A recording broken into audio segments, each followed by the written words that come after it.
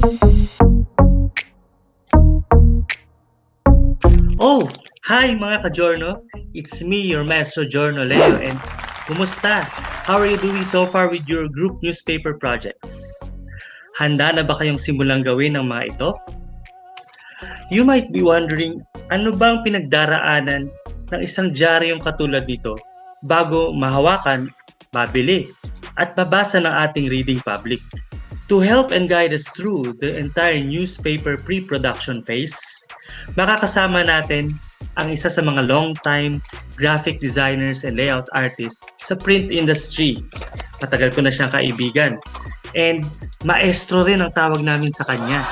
Siya lang naman ang art director ng front page of page 1 ng Manila Bulletin. Ibig sabihin, siya ang namamahala sa pagle-layout ng pahinang ito. Please welcome Manila Bulletin's Graphics Department's Assistant Supervisor, Mr. Jeffrey Jepoy Soriano.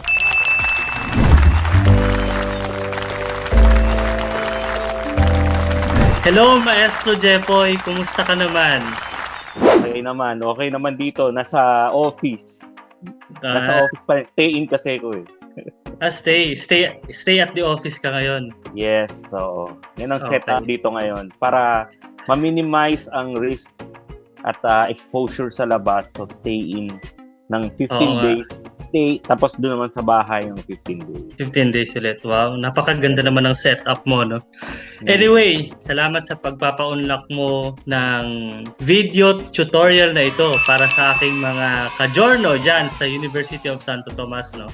And yun nga, nabanggit ko kanina, malamang maraming nagwa-wonder, no? Kung ano ba yung pinagsisimulan nung mga diaryong nahahawakan natin sa bawat araw, yung mga binubuklat nating pahina. Saan ba nagsisimula ang lahat ng ito? Ikaw yung maestro sa paggawa nito, no? So, naman. Walang halong bola yun, no? Okay, siguro para sa mga estudyante ko, no, konting impormasyon lang tungkol sa ating maestro na magtuturo sa inyo kung paano gumawa ng siguro kahit isang pahina lang ng dyaryo na nakikita natin sa araw-araw. Itong si Maestro Jepoy, kumpare ko rin to sa mga binyag-binyag, no? So, 17 years na kaming magkaibigan since 2003. Si Maestro Jepoy Soriano ay nagtatrabaho sa Manila Bulletin. So, alam naman natin yan na isa yan sa top 3 broadsheets natin dito sa Pilipinas. And since 2003, I think first job mo to, no? Tama ba ako? Yes. Maestro Jepoy? Okay. Correct. So pang long-term relationship ito si Maestro Jepoy, no? So, alam nyo na, sa tagal niyang yan sa industriya and sa kumpanya. So, alam na niya lahat ng pasikot-sikot dyan. Lahat yan. Diaryo, magazine, pati admin work, kahit nakapikit yan, alam na niyang gawin yan. At si Maestro Jepoy ay nagtapos sa Far Eastern University. Magna cum laude lang naman. Tama ba ako? Cum laude lang. Ay, sorry. Cum laude. With a Bachelor of Arts degree in Fine Arts. Major in advertising. So, hindi siya fake news in short, no? So, lahat ng malalaman ninyo mula sa kanya in a while, galing yan sa experience niya sa industriya. Huwag na tayo magpaligoy-ligoy, Maestro Jepoy. Simulan na natin. Manonood lang ako dito at magtatanong-tanong kapag meron ako naisip na itanong. Sige lang. So, saan tayo magsisimula? Maestro. So magsimula tayo, siyempre akong mga software ang pag-uusapan natin. Marami tayong ginagamit, pero dalawang basic lang ang ituturo natin ngayon. Yung Photoshop and InDesign. So marami yan, maraming version yan. Naabutan ko pa yung mga lumang-lumang version, pero at least medyo mga bago-bago na tong Anong gamit nyo pala ngayon sa Bulletin? Anong InDesign version ang gamit niyo sa Manila Bulletin?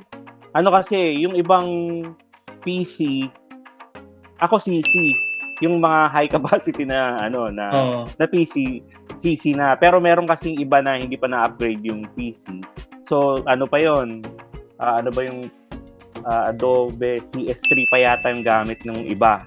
So, depende sa CS3 pa kayo? Kasi I think kami sa Philippine Star, CS6 ang gamit namin. No.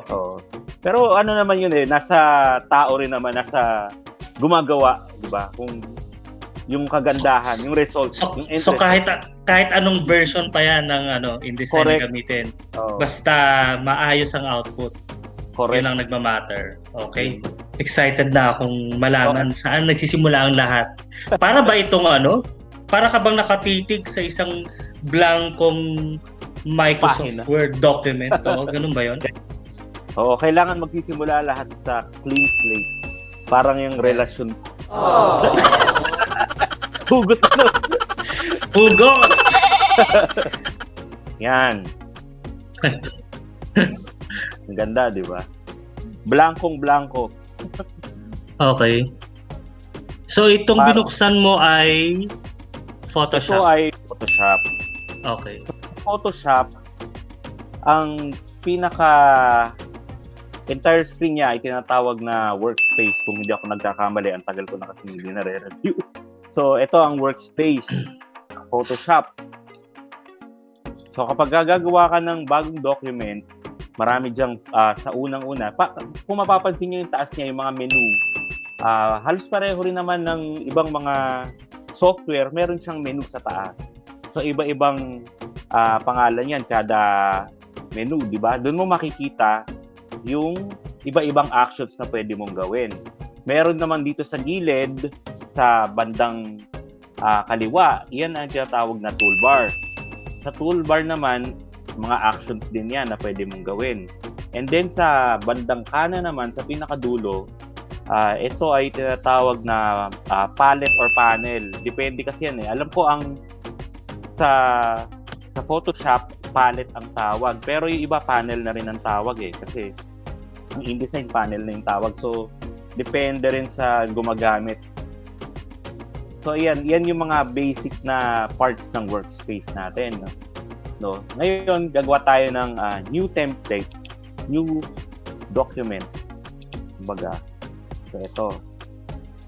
Kung mapapansin nyo, pag gumawa tayo ng isang document, maraming option yan. May mga preset na. Kung gusto nyo gumawa ng preset, mamimili tayo dyan. So, ito, gumawa ako ng ibang default preset ko eh. Pero, other than yung default preset, meron na kunyari yung US paper. Sa US paper, ano ba yan? May pumapatak dyan yung mga letter, legal, tabloid. So, meron din ibang option like international paper. Diyan mo makikita yung A4, A3, mga ibang letra din ginagamit, di ba? And then, may iba pa. Kung photo, kung web, kung saan mo ginagamit. Pero, try muna natin sa letter. So, yung mga options, may parang label, gano'n. Tapos, pero, under nila, yung iba't ibang parang subtypes nung label na yun. Halimbawa, yung sinabi mo nga na international paper, tama ba? International tama. Paper, may A2, may A3, may A4, ganyan. Oo. So, yun na lang sigurong default ng preset natin sa dyaryo. Kasi ang dyaryo namin ay 9 columns by 53 cm. Ang 9 columns lumalabas dyan parang 29.72. Pag kinonvert mo yan sa inches, parang halos 13 inches yan lumalabas. Kaya ang gumawa ako ng default size dito na nag-customize ako, ginawa ko ng 13 by 13. Kasi normally ang photo na ginagamit namin, nandiyan dyan nagva-vary sa 13 by 13, yung width and height. So, gumagawa ko niyan. Dinadrag ko lagi dyan yung photo para laging yan yung pinaka-basis ko nung maximum or minimum na pwede mong gamitin sa dyaryo. Kasi pagka nakita mo yung photo mo na sobrang taas ng size, may tendency na gumapang yung mga programs mo pagka sobrang taas yan. So, kailangan kasi mabigat. Mabigat yung file. Okay. So, yung 13 inches, yan yung maximum bale? Yan yung pinakamalaking size? O hindi naman? Yan yung edge kasi yung width ng dyaryo namin. Okay. So, ng Manila Bulletin. So, 13 inches. Kaya taray namin. May-ari ka na rin man ng Manila Bulletin. Siyempre, claim ko na yan. Pamilya na ako ng Bulletin. Yes naman. Oo naman. 17 years ka ba naman, di ba? Oo naman, di ba? So, ayan. Pero ang resolution, kung mapapansin nyo doon sa setup ko, 120 lang. Kasi pag sa dyaryo, hindi naman masyadong kailangan ng mataas na resolution. Ginagamit lang namin yung mataas na resolution for advertisement, for print ads. Para wala talagang reklamo, 300 yung ginagamit namin yung pag-pinlace namin. Pero kapag internal, yung mga storya, yung mga photos niyan, sinisigurado lang namin na yung minimum requirement ang ginagamit para hindi naman din ganun kagapang yung PC pag ginagamit mo or kung ano man yung gamit mo, kung laptop. So, halimbawa, ito, nag-create ako, no? So, yan, square siya. So, again, nyari, halimbawa, magbubukas tayo ng photo na galing sa camera. So, halimbawa, itong magbukas tayo since nagkaroon ng COVID ngayon sa Batanes. So, oo nga napasok na sila, no?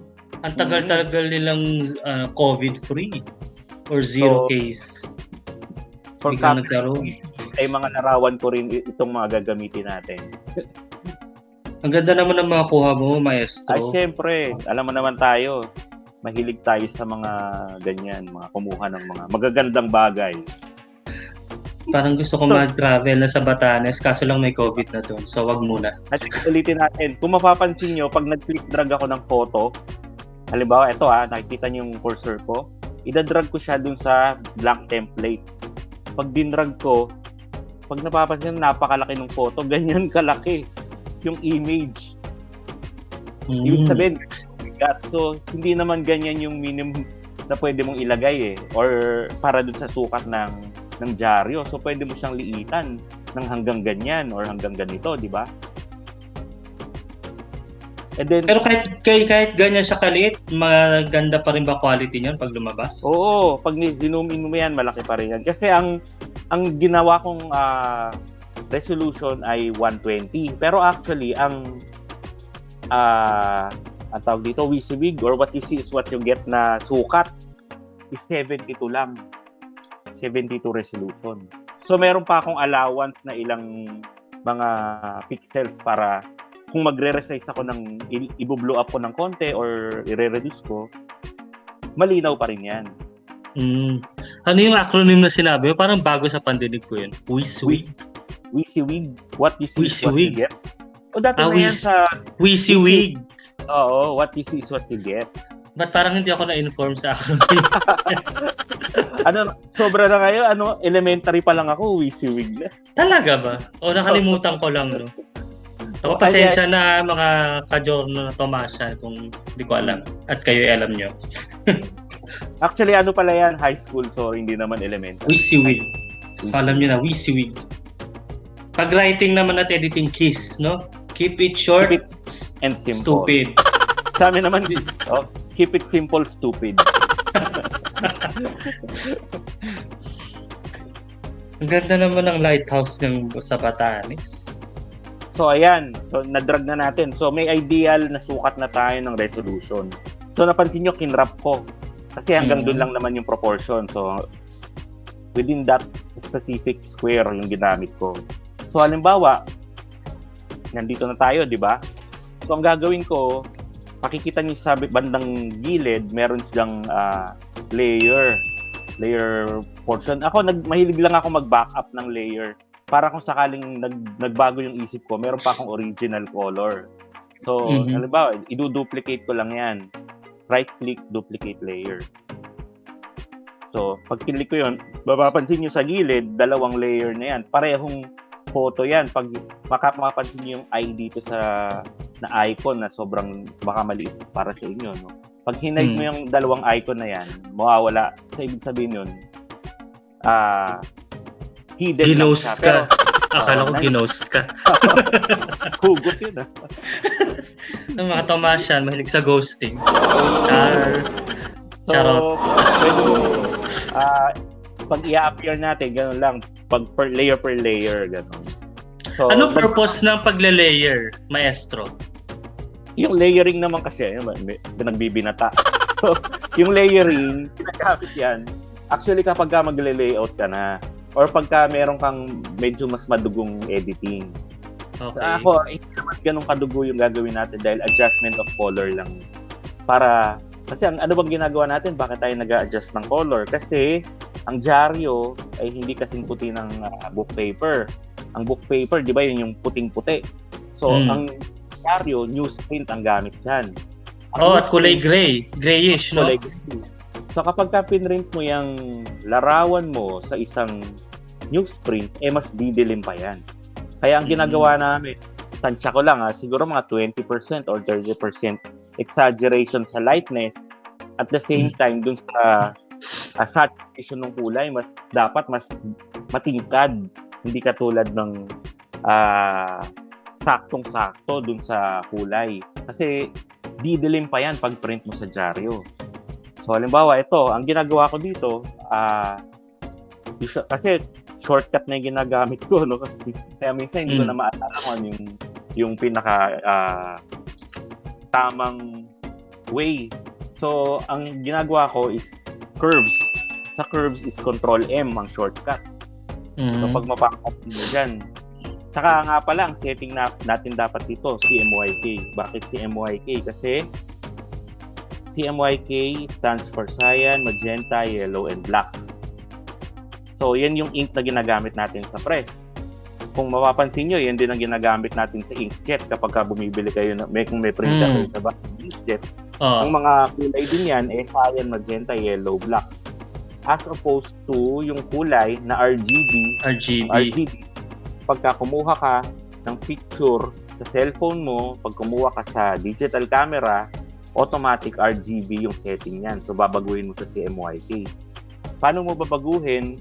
Kasi ito, naka-default na ako, di ba? May 13x13. Pero, kapag ka naka-RGB ka, pupunta ka lang sa image mode. And then, click mo yung CMYK kung naka-RGB ka. Okay. So, hindi naman mababago yung itsura ng litrato kapag ganun. Actually, magbabago ng konti. Kasi, iba ang setting ng CMYK. Mas malapit sa katotohanan ng printing. Kaya nga, ginagawa namin CMYK para accurate yung makikita mo sa print. Kapag kasi RGB, meron diyang mga luminosity tulad ng neon colors. Halimbawa, yung mga vibrant, try natin ito halimbawa, ito, Maestro Giorno. Ko-convert ko muna sa RGB. Okay. Then, ano bang color na matingkad dito? Sa psychedelic ba natin? Sa saturation siguro. Hue and saturation. Ayan. Exchange lang, di ba? Wow, neon. Ganyan ang RGB. Umiilaw siya. Pero may mga color siya na ganito ka-neon na, alam mo yon, umiilaw na kaya ng CMYK na ink mo. Pag pinrint mo yan, hindi ganyan ka ilaw yan. So, halimbawa, pag gantong kulay yung ginamit natin at kinonvert natin sa CMYK, tingnan mo kung ano mangyayari. Ayan so, namatay yung mga brightness na kung gusto mong maka-achieve ng ganyang kulay, hindi mo magagawa yan sa CMYK. Kailangan ang ganda pa naman nung blue nung sky. Favorite ko kasi blue eh. Ang ganda nung pagka-blue niya sa yan. So pag ganyan, di mo ma-achieve yan sa pag-print yan? Hindi. Sa dyaryo? Special colors na yan. Okay. So ayan yung original na na kulay niya. So yung malapit lang sa katotohanan actually. Ma-achieve din naman natin yung medyo intense na kulay pero hindi kasing intense ng RGB. So ayun ang ginamit ko, curves, di ba? So Control M ang shortcut sa curves. So sa Control M, ang ginagawa kasi ng curves, kaya curves siya. So gumagawa ka ng kurba. Pero sa kurba kasi nagkakaroon niya ng patterns.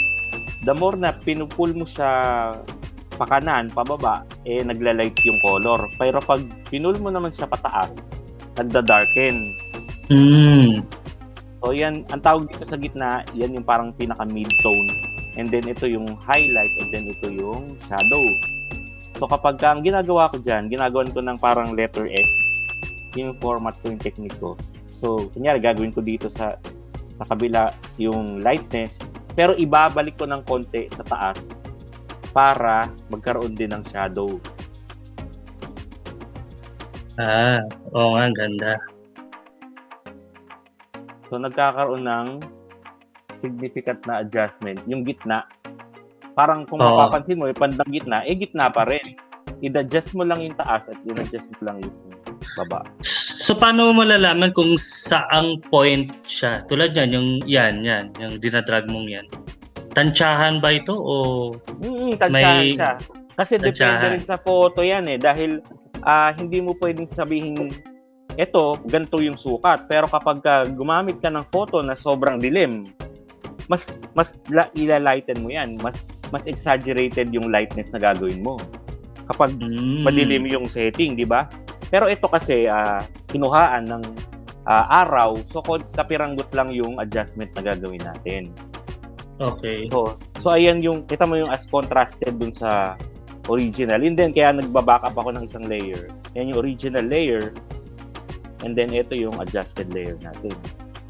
Okay. So, para... ano yun? So, ito, pag na-print ito, medyo... didilim konti. So, parang babalik siya dun sa original na litrato. Patingkad siya sa original. Okay. Kumbaga, pero ito, kapag ito ang ginamit mo, hindi na makikita halos yun. Yung kanina, yung original. Ito. Pag yan yung madilim. Kulay abo. Mga ganun, parang patay na patay. Kaya kailangan mong gawin yung kanina. Yung curves. Okay.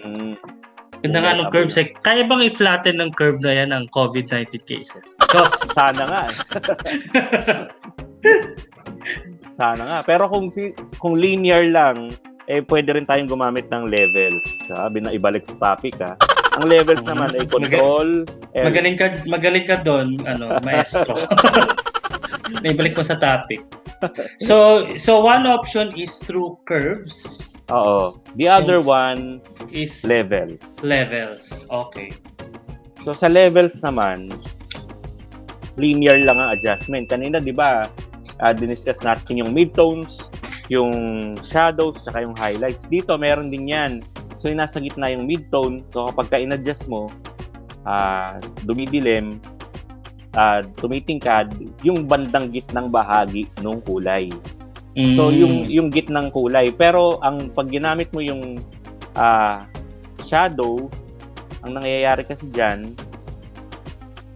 yung darker portion niya, yun lang yung ida-dark pa niya lalo.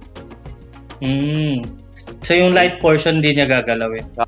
Hindi niya. Kanya nagre-retain yung puti as puti. Tapos yun naman kabila, yung highlight, gano'n naman. So, kapag yun lang in-adjust mo, yung lighter portion, yun lalo yung nilalight niya. Okay. So ulitin lang natin, no? Itong sa leftmost shadow, yung nasa gitna, midtones, at yung sa rightmost ay highlight. Di ba? Okay. So kung may further adjustment ka pang gustong gawin, pwede mo rin gawin dyan. Ako, okay naman masyado to. Meron pa akong isang nilighten ko lang ng konti kung mapapansin nyo. Ito yung original. Yan yung in-adjust ko pa. Pero meron pa akong isa. Minsan kasi pag sobrang dilim yung photo, kunyari ito nawawala yung detail. Sinumin ko Itong area na to, gusto ko pang medyo ma-enhance yung area na yan. Ang ginagawa ko yung shadow adjustment tapos shadows and highlights. Okay. Shadows and highlights, mapapansin nyo. Ayan, no? So, nakikita niya ng konti yung mga detail na nakatago dahil sa sobrang contrast ng adjustment natin. So, kapag in-adjust pa natin yan, parang gusto mo pang makita yung mga bandang madilim na portion, nakikita nyo naman, di ba? Kita naman. So, yan. Yan yung isang trick ko. Shadows and highlights. So, makikita yan sa image, adjustment, then shadows and highlights. Pero paano yung yung tulad doon, yung part lang na yun yung may adjustment? Paano yung ganun? Anong part yun, lang? Yung sa bato-bato na yun. I-zoom in mo lang siya. Hindi, actually ano na yan, lahat ng sobrang dilim, yun lang i-adjust. Okay. So hindi lang yung bato, pati yung sa may mga Oo. damo-damo na yan, Ito, magla-lighten mapag-i-ando ko siya. Ayan, di ba? Oo nga. Na-enhance ka. Ganda oh. Mas postcard yung dating. Di ba? So ayan, pag okay ka na, pwede mong i-flatten or kung hindi ka pa sure, huwag mong i-flatten. Pero so may flattening talaga na mangyayari. Oo, may flattening. Wala na ibalik. At least dito na-flatten, no? Sa COVID, hindi pa. So, ako ang ginagamit ko usually hindi PSD file kasi kung papansin nyo, PSD talaga ang ideally dahil Photoshop to. Pero ginagamit ko TIFF. Kasi sa TIFF, mas flexible siya kung gusto mong lakihan or liitan. Tapos, naka-flat siya. Napa-flatten ng curve. Napa-flat. Talaga sinusundan tayo ng flattening of the curve, no? Although naka-flat din naman sa Photoshop, pero I think mas effective yung color kapag sa TIFF. And then, ano na yan, parang matic na sa amin eh. Ano ibig sabihin ng TIFF, maestro? TIFF. Nakalimutan actually. Google na lang nila, no? Yung PSD, Photoshop document. Okay. So, ang JPEG, Joint Photography Expert Group. Ang JPEG, kasi pinangalan yan sa isang grupo ng mga photographers na gumawa ng file. Di ba email mo rin yun? Jepoy JPEGs. Tama yes, ba ako? Pero ina-avoid ko ang JPEG. Kasi magkaiba yung quality. Pag nag-save tayo ng photos, di ba JPEG? Naka-JPEG siya. Ginagamit yun sa sa viewing lang. Kaya tsaka sa yun kasi ang default eh. JPEG so pag nag-upload tayo ng photos sa Facebook, di ba JPEG yan? Tama ba ako? Sa online, ganyan digital, mas maganda ang JPEG. Pero pag print, mas maganda ang TIFF or PSD at PDF. Kumusta naman kayo mga ka-Jornong Tomasians? Nakakasunod pa ba kayo? Kung may questions kayo, paki-comment nyo lang down below and sasagutin yan ni Maestro Jepoy. So kung gusto nyo i-flatten ang image, punta lang kayo dito sa option ng layers. Meron dyang maliit na parang button. Merong options dyan na flatten image. Pero hindi ko muna i-flatten. Baka kasi kunyari nagbago isip nyo. Mas mabigat nga lang yung file kapag ka-layered. So yun ang inaalala. So pag flattened na yung image, mas gagaan na siya. Okay. So wala na yung layering. Ganon. So kung final na, sigurado na kayong final na, so pwedeng i-flatten at i-save nyo as, kunyari, TIFF. So ito, Lighthouse. Lighthouse.tiff. First version. Tapos mamaya, final na. Ganon. Ganun. So kung mapapansin nyo, ang dami-dami pang option pag TIFF dito. Yung LZW, ganyan, interweave. Ako, ginagamit ko lang dito. Actually, ang pagtitingnan nyo lang dito, yung LZW, zip, JPEG. Pero, prefer ko tong LZW kasi mas nakakababa ng file. Okay, so tatanong niya, including layers will increase file. Okay lang. So, pag na-save mo na yan, pwede mo na siyang i-place sa isa pang software na tinatawag na InDesign. So ito na yung ilalatag na image. Yes. So kunyari, okay na tayo dito. Punta tayo sa InDesign. Nabago na namang mundo. Okay. So, kasi hindi naman masyado ditong particular sa color dahil yung color ginagawa ko sa Photoshop. So, sa ating mga jarista, pagdating sa layout, InDesign. Pag photo adjustment, Photoshop. Tama? Correct. Okay. Pero pwede bang mag-adjust ng photo sa InDesign? Pwede, di ba? Pwede in the sense na lang. Crop lang. Papalitin, papalakihin, gano'n. Tsaka yung mga transparency lang. So, kung okay. Yung transparency, magiging mawawala ng konting yung opaqueness. Nandito na tayo, nag-new document ako and letter size. Pero, kasi ang intention natin, gumawa tayo ng dyaryo. Closest, I think, na may available na paper. Kasi ang gagawa nito, di ba, mga estudyanteng ng journalism. Yung pinakamabilis na size na medyo close sa dyaryo ay A3.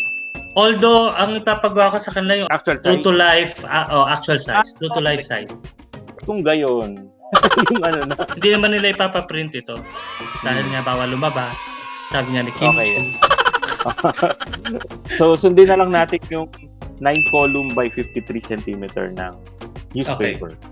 Ang 9 So, yun column pa rin pala sinusundan natin ngayon, no? Until now. Oo. Kasi, di ba remember, on December 1, 2006, yes, tatanda ko pa yun, lumiit ang sizes ng mga dyaryo, di ba? Oo. Tatanda Para ko yun. ano rin yun. Para ano na rin yun. Parang accurate kasi. Yung papel dati kasi, malaki yan. Pero nagkakaroon ng waste. Yung may tinitrim silang konti para ma-achieve yung sukat na yun. So, meron kang waste na mga ibang scrap paper. Oo. So, ang ginawa nila, para saktong-sakto doon sa papel, niliitan nila yung papel.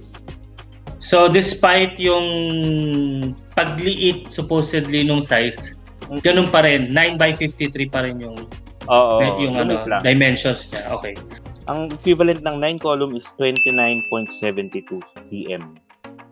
So, para kasi, di ba, cm yung 53 mo yung kaya cm to cm dapat, hindi inches to cm. So, kung medyo lito sila sa 9 columns at gusto nilang parehong centimeters, ang ilalagay nila sa dimensions ay 29.72 centimeters and that is the width. And yung 53 centimeters is yung height. Pwede ba nating i-demo yun, maestro? Document setup and then gawin natin yung height na 53. And then gawin nating, ano ba to? 29.72. Again, hindi ito, ito yung sagad-sagaran, wala pa tong yung border na puti. So, pwede kang mag-add ng, tansahin natin, ilan ba to? Mga point. Yung border na puti. Document setup. Magdagdag tayo ng siguro 1 centimeter. Hindi naman, mga 5, ganun. So, 10. 5. Side by side eh. So, kung 29 plus 10, magiging ano ba? Malaki ba yun? 20, kung 5, pwede. Siguro, no? Subukan 34.7. Ay, ano ba? Tama ba ako? Ito na tayo sa mga numero no? Mga numero, hindi na ako nasanay. 53. Huwag natin 54 to. Then ito, 20 na 30. Okay. So, 1 cm lang. So, 0.5 lahat. And then, so, itong nakikita nila ngayon na puting black document na yan, dyan na ngayon mag-emerge yung isang pahina ng dyaryo. Tama ba? Oo. Pero, kailangan mo ba i-adjust yung margins and columns niyan? Okay. Kasi, di ba, 0.5 lang yung allowance natin. Kaya lagyan natin yung 0.5 sa top, tapos sa bottom, sa gilid. Yun lang yung border mo. Para lang may allowance, nakakahinga ng konti yung pahina mo. Alam mo yun. Tapos, pero ang dyaryo kasi, may mga column guides yan. So, pwede mong lagyan ng column guides na. Makikita mo dito sa margins and columns. I-increase mo na. Yan, dalawang column, 3, 4, 5. Since 5 column ang dyaryo ng bulletin, ginawa kong 5. Then, okay so, na yung 5 din ang sinusunod ninyo kasi kami sa Philippines ay 5 din. Oo. Yung ba standard ng broadsheets ngayon? Ideal para dun sa sukat na 29 cm. 29 cm. That's ideal. Pero kapag lumapad ka pa, pwede mo ba gawing 6? Diba? Ayan. So, 0.4 yung ideal gutter namin. Ang gutter yung space ng bawat column. So, ayan. Yun ang gutter. Okay. Yan, yung mga nasa gitnang, yung in-between lines. Yes. Minsan, nag-exceed din kami ng 0.4. Ng 5. Sorry, 0.5. Depende sa layout. So, ito. Ano ba? Ito na. Meron ka ng default page. Anong susunod mong gagawin? Pwede ka na mag-layout actually. Gamit itong blank template na to. Ano ba yung parts ng dyaryo? So, masthead. Yan. Since So ayoko again, naman gamitin sa, yung sa, sa masthead, makikita natin yung publication name, volume number, issue number, publication date, kung saan siya na-publish, cover Correct. price, Mm-hmm. at saka yung number of sections and number of pages. Yes. So anong gagamitin mong nameplate? Masthead pala, sorry. Nameplate is yung name ng publication. Oo. And then masthead, pagka naka-incorporate na siya sa Java. Okay. Ano ba? Pinas 360 na lang. Sige, for promotion. Why not? Pinas 360 Bulletin. Ano ba maganda? DM. Hindi, anong AA ano ba tayo? Ang ginagamit natin ay yung may milk. Ano ba yun? Lemon milk. Yan. Pero kung mapapansin nyo, ang lemon milk ay hindi marunong sa kerning. Ano yung kerning? Yan ay spaces in between characters or letters. Characters. Mapapansin yung kerning ng Oo nga, yung isang layo sa A. Ba't ganun? Diba? Kaya ina-adjust ko pa yan. So, very careful din kayo sa paggamit ng font dahil may mga font na hindi marunong sa kerning. Kasi kahit naka-auto siya, so ang ginagawa naman dito, yung kerning, ito sa taas yun. Kung zoom in nyo na lang yung inyong tutorial, ito ang kerning. Pero dito, parang tracking ang tawag sa InDesign. Pero actually, kerning yan in general ang tawag. So, yan. I think yung tracking, maestro, ay yung isang group, parang yan, yung buong Pinas, as a group, yung spaces in between nila. Oo. Parang gano'n. Na uniform yung uniform yung pagkakalayo ng bawat characters. Yung kerning, I think, is individual. Yan, yung ganyan. Actually, ito parang pwede nga nating i-optical. Subukan natin. Hindi ko masyadong ginagamit yung optical. Try natin. Para matuto tayo on the spot. Ayan. Okay. So, pag optical, balanse ng mata mo. Yung balanse na sa pagkakatingin mo sa mata mo. Pero yung iba talagang font, ano na yan, naka-optical ng automatic. Pero may mga fonts talaga na pasaway katulad nito. Katulad nito. Oo. So, Pinas 360. Baka may nagtataka, bakit nawala yung grid lines? Ano ang pinipindot, maestro, para matanggal or maibalik? W actually. W yung shortcut na W. Ayan o. So, pinress mo yung W, nawawala yan. Pero, careful lang kayo kasi pag naka-activate yung type tool. So, pag nag-W kayo, ang nangyayari W yung matatype. Matatype mo yung W. So, kailangan hindi activated yung type tool. So, punta mo na kayo sa select. Yun lang naman select ang tool, oo. Okay. So, select. Dapat naka-appear yung arrow. Oo. So, tsaka nyo pwedeng gamitin yung mga shortcut. Kasi I'm sure yung pag nagle-layout na yung mga bagets natin. Yes, bagets. May makakapindot ng W, biglang mawawala yung grid lines. So, magpapanik. Ay, ano nangyari sa page? Okay, magpanik. Pwede nyo ibalik, no? WW lang tayo. Ang ganda naman yan. Mukhang magiging totoo yan, maestro. So, gawa na natin ng dyaryo ang Pinas 360. Oo, gawa na tayo ng newsletter, di ba? Ibusin na natin. Yan, may mga circle na pumapasok. Kung mapapansin nyo, gumamit ako ng mga object. No? Ang object, makikita nyo yan, may mga shapes dito sa toolbar. So, pwede kang mamili dyan ng mga object. Etong polygon, pwede kang gumawa ng customize. Depende sa number of sides. Double click mo lang. Pag click mo yun, double click mo. So, mamimili ka ng number of sides dito. Kunyari, hexagon. Tama ba? Ang 6. So, hexagon. So, yan. Nagkaroon ka ng hexagon. Tapos, i-fill mo na lang yung sa swatches. Sa panel sa gilid, may swatches option dyan. Kung mapapansin nyo, limited lang tong color sa swatches natin. Pero pwede kang mag-create ng ibang pang swatches dyan. So, ang gagawin mo lang, yung maliit na tool na parang icon sa ilalim, may mga options pa dyan. Pwede kang gumawa ng new color swatch. So, ikaw gagawa ng sariling hue, ganun. Oo. So, pwede kang mag-urong-urong ng color densities ang tawag kasi. Ang color density depende sa tapon ng ink sa papel. Yan ang tinatawag na color density. So, depende yan. Kunyari, ang tapon ng cyan ay 100%. So, makikita mo, cyan lang. Pero, pagka juxtapose mo, juxtapose. Spell! Pag when you say juxtapose ay, ano ba? Side by side? Or side by side.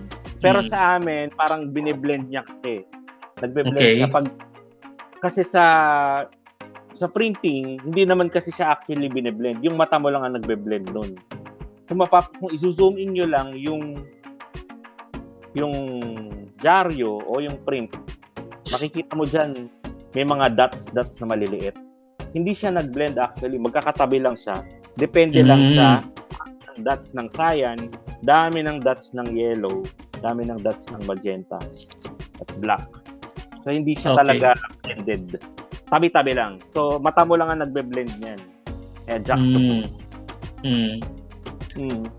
So, how will you know kung, yan, tulad niyan, yung pag ganyan, how will you know kung ano yung enough na ng hue? Sa mata na yan. Sa mata. Tansyahan din ba yan? So, titingnan mo rin through your eyes. Oo. Pero, siyempre, sa mga veteran graphic artist, ako, kabisado ko na kung ano yung effective na color. Kunyari, pag gusto ko ng violet, alam ko na ano yan, na magenta and cyan ng combination, depende na lang sa iyo ng violet. Kunyari 100 magenta and then konting sa cyan, hindi masyadong 100, babawasan mo. So, combination ng dalawang kulay. So, halimbawa, gusto ko ng orange. Alam ko na ang orange ay combination ng magenta at yellow. So, doon ko na lang paglalaruan yun. Halimbawa, 100% yellow. Yan yun, nakikita niyo ba yung adjustment?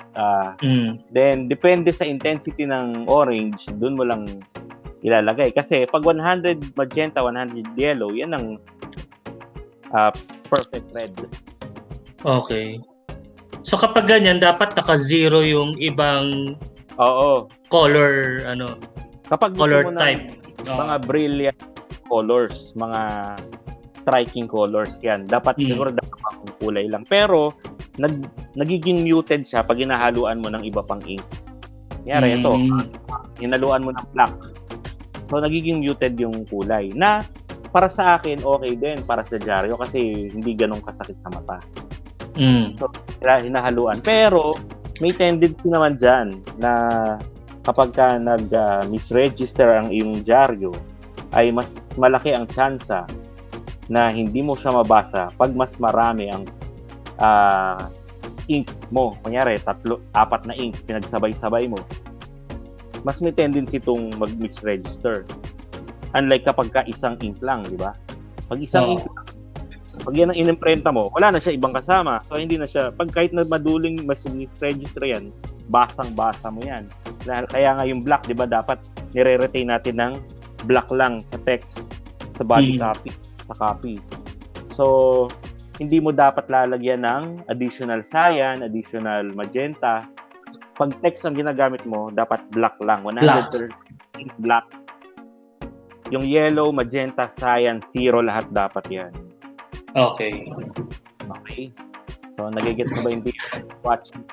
Pero baka mukhang madugo to para sa newbie. Pero kailangan lang talaga tingnan mo yung software para maintindihan mo. Tsaka i-guide ko naman yung mga yan. Yung aking mga anakis. So, eto, halimbawa, okay ka na. Ano bang mag-create ako? Wala pa ditong orange. Orange na lang para meron akong swatch na orange. So again, yung color panel sa InDesign ay swatches. Tama? Yes. So, para may mga template na kayo. So, nadagdagan ng orange sa swatch panel. So, again, kapag ka gusto mong i-reverse yung kulay, highlight mo lang, pili ka dyan. Kaya puti. O ano. Diba? Ganda. Siyempre, love your own lang. Love you. Pero, ang problema, ito kasi ang tawag dito, bleeding eh. Alam mo yung bleeding sa magazine? Oo, yung sagad-sagaran sa edge. Hindi naman na-achieve ng dyaryo yan dahil may white margin tayo lagi. May may hanggang dun lang talaga. Kahit anong effort mo, hanggang dun na lang ang relasyon nyo. Hugot na naman si Maestro. Kayo, may mga hugot ba kayo? Comment down below. So, pwede mong i-ano yan. Kunyari, ikakat mo yung shape. So, ang ginagamit ko naman dyan is yung Pathfinder tool. So, para ka lang Pathfinder tool. Kunyari, gawa ka ng box dito. Halimbawa, yan. Diba? Gumawa ka ng box. So, parang in-overlap. Kasi yan yung portion na ikakat mo sa circle. So, ang gagawin mo, select mo yung box na yan saka yung object na bilog. Kasi yun yung ikakat mo, di ba? Dapat nakaibabaw yung pagkakat, nakailalim yung matitirang part. Okay. So, pupunta ka lang sa window and then, saan na ba dito? Objects and layout, then Pathfinder. So, may panel din yan na lumabas sa gilid. So, may mga objects. So, meron dyan merge. Ang merge, pag gagawin yung isang shape lang siya, pero hindi yun ang gagamitin natin susunod. Yun yung subtract. Oh my gosh, may math. So, pag kinlik mo siya, sinusubtract niya yung portion na yun. So, ganun din, yung taas. So, gawa ka ng box. Pero mukhang lumampas sa ating workspace. Pero okay lang yan. Mukhang kaya pa naman. Bago sa akin yung Pathfinder. Ngayon ko lang nalaman yun. So, select mo yan. Select mo yung object. Cut. So, hanggang dyan lang yung pero hindi pala pantay. So, subusin mo na lang. Pero kapag inurong mo yung na-chok-chok na bilog, mabubuo ba siya? Hindi. Parang naurong? Wala na. Cut mo na yun. Parang ginupit mo na eh. Tapon na yun. Unless so, kapag binaba mo siya, subukan nga natin ibaba yung bilog. Anong ibaba? Ito? Ibaba mo, yan, somewhere. So hindi na siya talaga mabubuo. Putol na siya. So move on na siya sa pagkakabuo niya. Putulin mo ng relasyon mo kung hindi ka na masaya.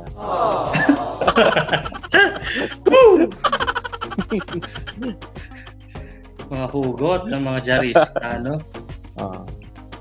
So yan, so depende naman sa'yo kung saan mo ilalagay yung kunyari, dateline mo or dito ba or dito sa baba, pwede rin actually.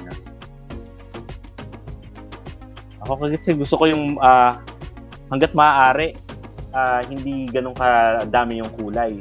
Pero actually yung Pinas 360 maraming kulay, di ba? Pero sa dyaryo, hindi masyado eh. Gusto ko maximum 2 kulay lang. Pero iba, mga muted colors kung pwede. Or gray, black, ganyan. So, ginagawa ko.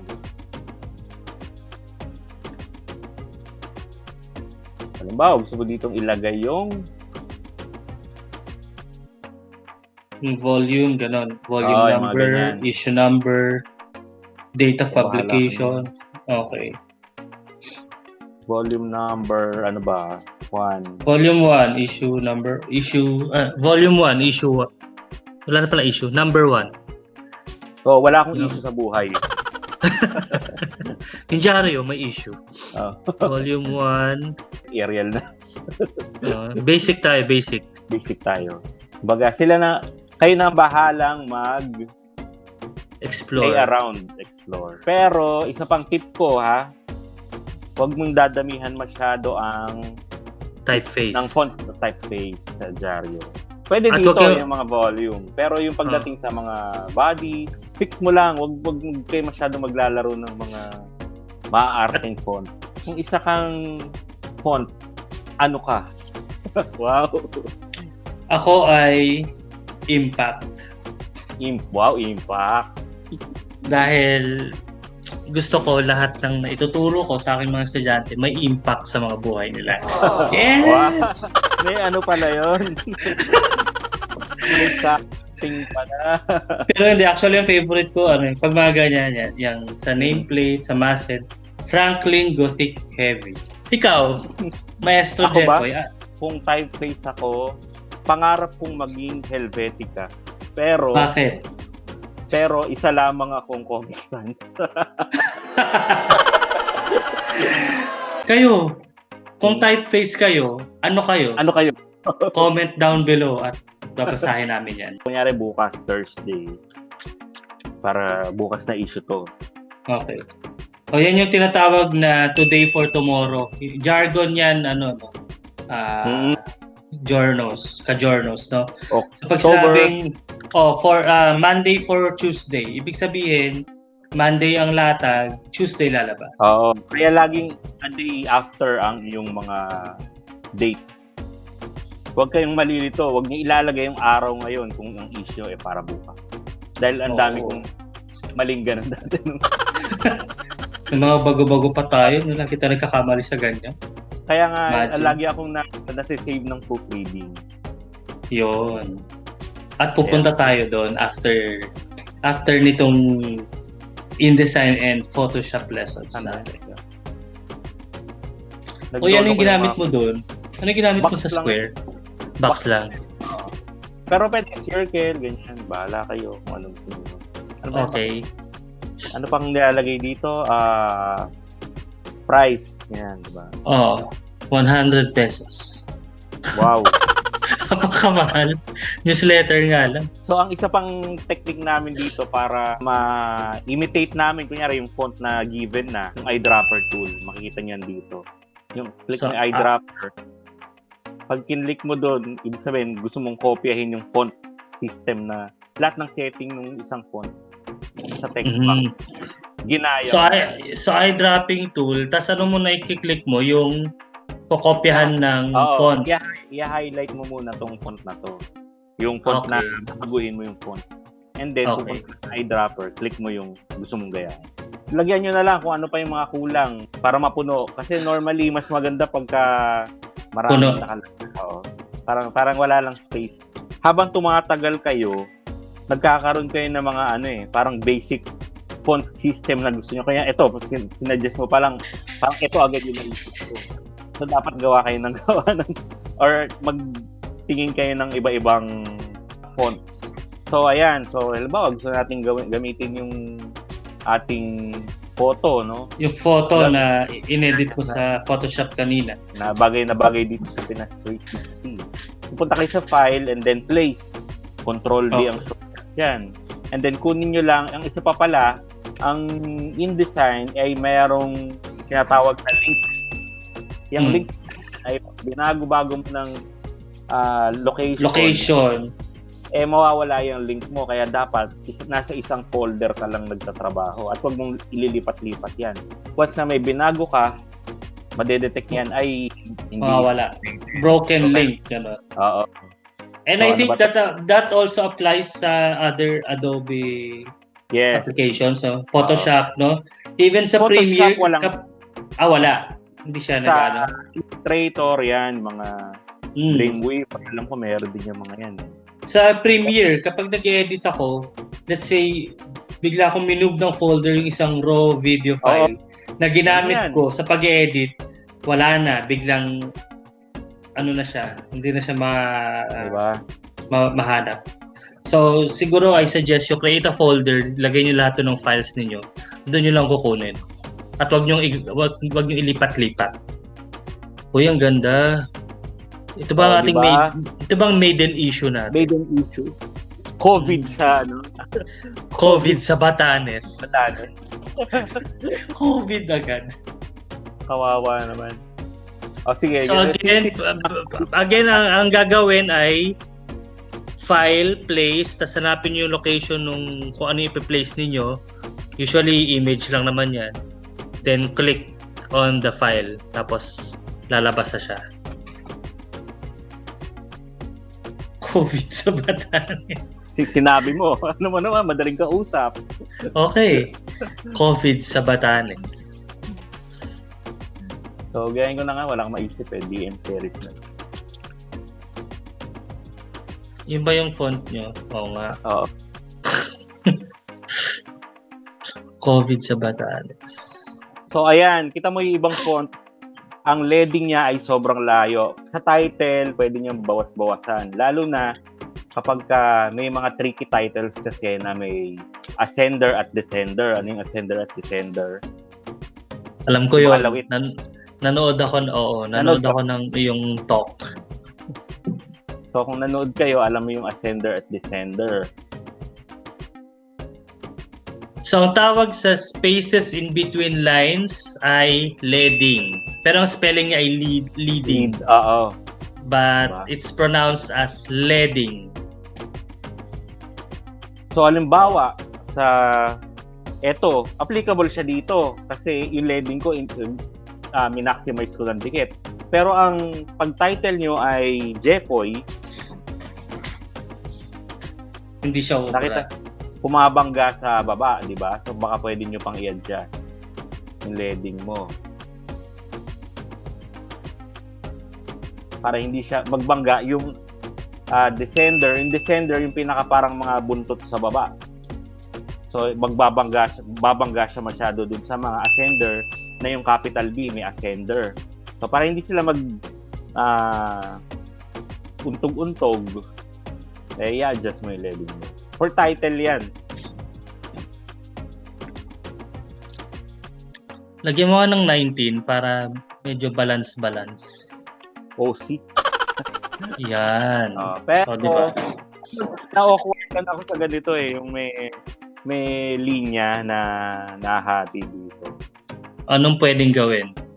Kami sa Star, ang ginagawa namin, yung feather ba yun? Tama ba? Parang Fade. fading. Fading. Okay. Paano yun Yan. gawin? Pwede. Dito merong fade option Yung gradient actually.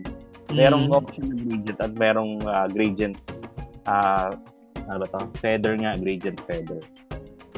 So feather, tama. Yan yung ginagamit namin sa World So click the image and then click drag from start to end kung saan yung pinaka-faded portion mo. Diba?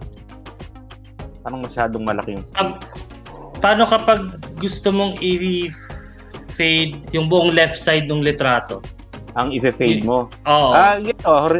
Linear yung fading dapat yan. So lalagyan mo lang ng linya. Oo. Pero kaya i-prefer na yung portion lang na yun. Kasi linear naman yung pinaka-text mo Oo. Kasi mag-i-edit naman ng text mo, di ba? So maglalapat na tayo ng text. Ng body. So, body copy. Ako dito. Pero kung mapapansin nyo, hindi ako nakasunod sa So mas maganda kung i-follow mo na lang yung grid. Ayan. Yes.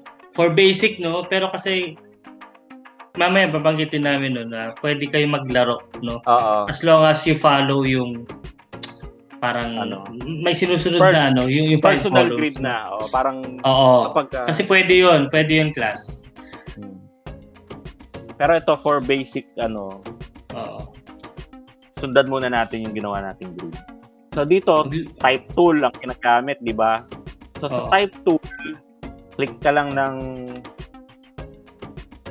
text box. Click drag. So may text box ka na. So pwede kang pumunta sa Word file. Wala kang Word file Mag lorem ipsum ka. Ang tawag natin doon ay placeholder text. Saan siya mahahanap? So dito punta ka file, sa file ba? Tama ba? Type, sorry. Tapos punta ka sa fill with placeholder. Placeholder text. Yan. Hindi siya lorem ipsum. Okay. Pero Latin din siya. Ang standard kasi class ay lorem ipsum dolor sit amen. Whoever they are. Ideally, 9 points, ganyan. Pero depende sa font na ginagamit mo. Kaya trial and error din yan actually. Kaya pwede mo dapat yan ipiprint mo sa papel para makita mo yung font na gamit mo. Kung readable na ba, okay na ba sa inyo o hindi. Depende yung, kunyari, halimbawa yung Arial, ang 9 points niya ay mas malaki kaysa sa Bukan Tikwa. So yung 9 points ni Arial ay hindi kasing laki ng 9 points ni Bukan Tikwa. Depende sa font family. So ito. Pero anong standard natin? Kayo sa bulletin? Anong standard ng body copy? Yung nakuha namin is 8.5. Kasi medyo malaki. 8.5. Kasi medyo malaki, mataka yung font. So, yung 8.5 Kami ano ba? I think 9 yata kami sa start. Oo. Mapapansin nyo dito sa taas, sa ating controls, meron dalawa dyan pag naka-highlight. Nag-iiba-iba tong controls depende sa ginagamit mong tools. So kapag ka-type tool, mahati yan sa dalawa, isang character formatting at isang paragraph formatting tools. So kung pupunta tayo sa paragraph formatting tools, pwede mo dyang piliin yung justify, center align. So yung lahat ng alignment ng paragraph nandyan na pupunta. Okay, question. When is it best to justify and when is it best to align, let's say, left? Depende yan sa purpose ng layout mo. Kung body copy yan or copy ng article, sa amin may default kami sa aming style guide na kapag copy ng article, dapat naka-justify. Justify. Pero kapag sidebar sa amin, naka-left align yan. Tapos walang hyphenation. So nag-hyphenate kami kapag justified. So, para ma-maximize yung space. Oo. Kasi ang nangyayari pagka walang hyphenation, minsan, makikita mo yung mga bad breaks ang tinatawag dito. Yung malalaki na spaces. Ang sakit sa mata, di ba? Pag ganyan, parang gusto mong buhusan ng tubig, mauhulog yung tubig. Iba-iba. May iba malaki. Iba may maliit. term dyan eh. Ay, nakalimutan ko na. Bad breaks ba? I think may isa pang may isa pang old school term na wala lang sa isip ko ngayon. Pag nagsi-senior moment ka talaga yun. So, kaya ginagawa namin, hina-hyphenate namin para evenly proportion. Hindi pa rin minsan depende kasi sa, pero at least hindi kasing lala ng kapag hindi naka-hyphenate. Isa pa, para naka-auto yung ating indentation, meron din yan. So, ang auto indentation, select all mo, and then meron dito sa paragraph setting, ito, makikita nyo tong isang ito, first line left indent. So sa amin, ang sukat ay 0.5 or depende sa font. Same. Ito, kami rin 0.5. Kung masyadong malayo, di ba? Tapos, ang rule namin as yung unang pinaka major story ng page naka-drop cap. So tatanggalin mo yung indentation nito, 0. And then, ida-drop cap mo siya. Dito, makikita mo, sa taas, merong drop cap portion, icon. I-increase mo lang yung number, depende sa number of lines. So, pag 2 lines yung drop cap. Pag 3 lines. Sa amin, 4 lines. So, yan, 4 lines yung drop cap. Oh, amazing, di ba? So, tawag dyan class ay drop cap. Ayan na, malapit na mapuno. Na-excite ako bigla. Pwede pa tayong magdagdag ng isa pang image or dalawa. Sa amin, 3 hanggang 3. Yun, yung may dagat. Yung may dagat. Dagat ba yan? Oo. Sa Batanes din to. Balugan, Boulder Beach. Wow. Ikaw na ang nakapunta sa Batanes. Ako hindi pa. Pwedeng gumawa kayo. Actually, sa amin, parang halos tatlong klase ng mga supporting text para sa caption. Ang caption namin para makita mo talagang different sa body, ginagawa namin sans serif. Ano yung serif at sans serif? Alam niyo na naman yan. Bakit pa sa ideal na serif ang body? Mas masarap siya sa mata, tsaka malapitan mo siya binabasa. Kasi pag malayo mo siyang binasa, dahil uneven nga yung kanyang forma, may makapal at manipis, mahirap siyang basahin pag malayo. Mm-hmm. Unlike kapag sans makapal, equal yung kanyang, halos lahat equal. Maliban sa impact na may minsan numinipis ng konti yung horizontal. So, itong font family ng Roboto, maganda siya kasi ang dami niyang may thin, light thin. So, pwede mong paglaruan actually. Pagka pipili kayo ng font, yung marami ng family. The more, para may variation. Oo. Depende sa gamit mo, di ba? Hindi tulad ng iba na. Actually, masarap pag maglaro-laro ng font, no? Huwag lang yung puso mo. Hugot pa more. Ano ba, nahawa ka na ba sa akin, Maestro Giorno? Medj. Alam mo naman, ikaw ang ultimate maestro. Sige, bolahan pa more. So, yan. Para ayan, yan yung sa caption. Mm-hmm. Kasi Okay. normally sa amin, normally kung ano yung size ng body, halos ganun din yung size ng caption sa amin. So kaya ang nangyayari, para ma-distinguish mo talaga siya, as in opposite talaga yung font system. So, sans serif. Oo, yung ginagawa na. Isa pang tinitingnan dyan ay yung alignment ng text. Kung mapapansin nyo, ina-align ko siya dun sa... Yan, ito. Yan. So, pwede ka maglagay ng line, di ba? Paano ginagawa yun? From the top Baseline. yata, di ba? Oo. Baseline grid ang tawag doon. Pag gusto mo lagyan ng baseline grid, Saan mo siya kukunin? From the top, doon sa may ruler, tama ba ako? oo, doon, dito sa ruler. Pero, meron diyang isang option na mas komplikado. Masakit nga lang sa mata para sa inyo, pero ako favorite ko. So, punta kayo sa view, Okay. and then, sa grids and guides, meron diyang, dito nga ba? Show baseline grid. So, para kayong may pad paper. Yes. Pero kung mapapansin nyo, hindi pa yan naka-align sa baseline grid. So, meron pa diyang nilalagay dyan na fit to baseline grid ba yon? Parang snap to baseline grid, gano'n. Anyway, pag nakita ko na... Pag pinindot mo yun, mag-automatic siya? Oo. Hindi. Dito pala. Sorry, ito. Ayan. Align to baseline grid. Okay. So, papantay siya doon. So, lahat ng text na gagamitin mo, pag hin-highlight mo dyan, wala ka nang poproblemahin. Papantay na siya kusa. Pindot-pindot ka na lang. Isang pindutan na lang. Oo. At na-adjust mo yan, depende sa leading na gusto mo. Ang ganda ng look. Parang magazine-ish. Diba? So, depende sa inyo kung ilang storya ang gagawin nyo. Since mabilisan naman to, kayo na lang mag-customize. Ayan, kumuha na pala ako dito. Pwede naman mag-copy-copy. Oo.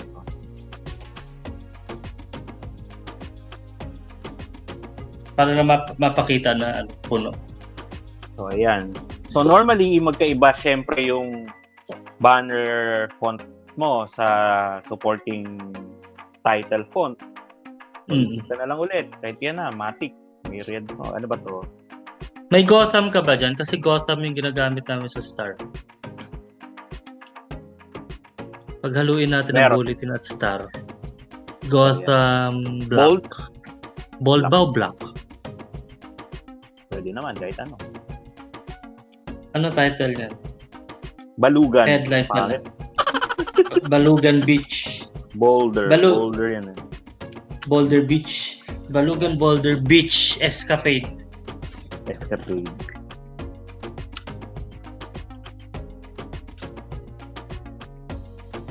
Two lines mo. Yan. Center ba kayo para halo?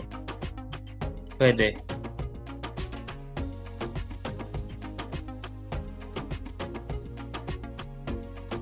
Again, yung leading, pag title talaga, parang nalalayuan ako sa leading.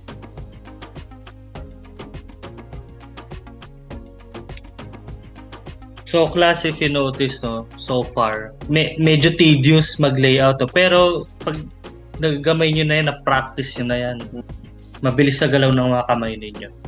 Pero of course, for beginners like you, okay lang naman na hindi ganun kabilis. Huwag nyo mamadaliin. Kasi, yun nga, it takes a lot of practice to master the craft. Yeah. Ano ba ito? So, ayan. Pag meron din tayong line tool dito, yung ginamit ko sa baba, separator, parang natin 0.75. Tapos, meron ka pang option sa lines. Kung gusto mong gawing broken. Favorite ko minsan yung Japanese dots. Parang naging elegant pagkain dito. Oo nga, ginagamit siya ng bulletin. Parang dahil idea mo siya. Very like. Parang ganyan.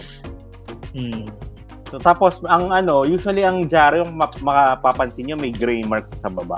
May gray bar. Meron ba? Meron kayo, di ba? Meron kami. Registration yung color niyan Para sa production din yan, actually. kapag combination ng cyan, magenta, yellow, hindi siya yung pure black. Kanyari yan, di ba? Tingnan nyo ano ganyan. Kaya ang nangyayari dyan, hinahabol yan ng press para accurate yung kulay mo. Ibig sabihin, pag naging bluish yan, sobra ka sa cyan. Pag naging parang yellowish na gray, sobra ka sa magenta, sa yellow. So, depende sa CMYK color. Parang timplahan din nila yung gray na yan.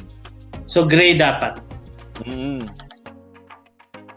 So, sa amin, yung gray namin, dito, nilagyan namin ng ng website tsaka ng mga... doon yung nilagay, yung social media. Parang option din, hindi lang sa kung ano-ano. Yan. Yung mga www. Pinas 360. Meron ba tayong Wala, imaginary muna. .com. Wow. .ph. Dati ang star ang nilalagay dyan, biblical quotes. Talaga? Oo. Yung So, kukonsensyahin ka sa mga values mo sa buhay. Wow. So, imagine niyo lang na logo to ng FB, Twitter, ayaw talaga niya. FB, Twitter, Instagram, YouTube. YouTube, yeah. May at ba at Pinas 360? Oo.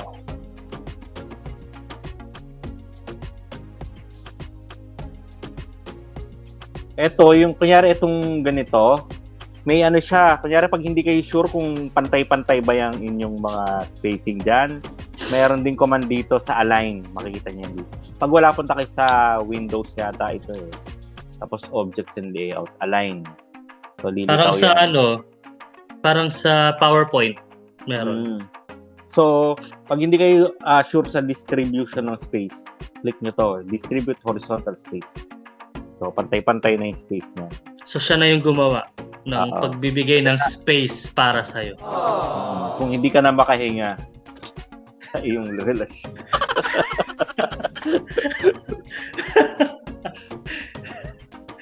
Dala ba ito ng dahil hating gabi natin ito inire-record. Ayan, class, pwede nyo ipatong yung caption, no? Lalo pag merong dark element dun sa image, patong nyo dun, gawin yung puti. For variation. Pero, ang problem dun, minsan sa make sure na malaki yung font size nyo. Ginagawa namin yun, pero nilalakihan namin yung point size ng mas malaki. Kasi, may tendency mag-misregister dahil full color yung unless, syempre, pag black lang yung background mo, 100% black, hindi maduduling yan. Pero, ang background mo, usually, combination ng... Katulad yan, kapag ganyan, sa bato mo ilalagay yung font. Dito? Papasok mo siya. Pwede. So, ganyan. Pero, increase ko yan ng mga 11. Dapat mas malaki.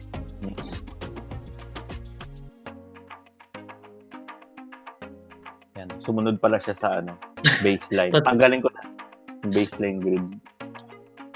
Ayan, di ba? Ay, ang ganda na. So, dito, window. Gawa na. Yan. So, bahala na kayo kung anong lalagay. Window nyo sa baba, di ba? Kami sa taas. Oo. Kasi nadi-distort daw yung mga main photo. Kasi di ba malaki yung namin, masthead. So, ang laki ng sakop niya. Kaya, pag nilagay mo yung photo, minsan kalahati, hindi napupunta napuputol yung aming main photo.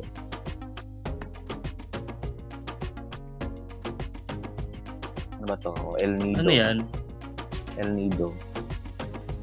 Palawan. El Nido yan? Yes. Pareho din pala yung sa Coron ganyan din. Nakapunta na ako ng Coron. El Nido, di pa ako nakapunta. Ako Coron ang di ko pa napuntahan. Okay lang yun, parang pareho lang ng itsura. Talaga. Oo, yan, ganyan din. Yung mga bato-bato na ano bang, how would I describe that? Kasi yung mga parang, kumbaga sa kuweba yung mga stalactite, stalagmite patterns. Saan naman ito? Pilipinas ba to? Yes. Saan yan? Alam mo sa Palawan din? Hindi, sa ano to? Camarines Norte. Norte ba Sur? Hindi ba mga reindeer yan ni Santa Claus? Oo, kaya nga Pwede natin pala dito to. Pwede nating i-crop to para makita naman nila. Punta tayo sa Photoshop Sige. O yung pala, sige, ano ba yung mga ano pa yung ibang styles or pakulo na pwedeng gawin sa images na yun nga, pag nilagay mo siya sa InDesign, mag-a-apply siya. Yun. Yung cropping, yung ang tawag dito? Cutout? Ano ba tawag doon? Oo. Cutout, drop out, tsaka depende sa text. jargon nyo Text wrap. Hindi ko nang i-adjust. So, dito, ang ginagawa, itatanggalin natin yung background. Oo, yung taong yan lang ang gagamitin. How do they do that? Kanya-kanyang style yan Depende sa artist. Ang style ko, ganito. Punta ako sa, siyempre, ko muna sa CMYK, no? Duduplicate ko lang yung layer. So, isa pa, para backup. Lagi akong ganun, nagbabackup ako. Ang ginagawa ko, yung background, binabago ko yan, ina-alt backspace or control backspace. So, mapapansin nyo, yung kung ano yung nasa ilalim, yun yung nagiging color nung background. So, pag hinide ko to, ang color ng ilalim. Para lang may basihan ako kung maganda ba yung pagkaka-drop out ko mamaya.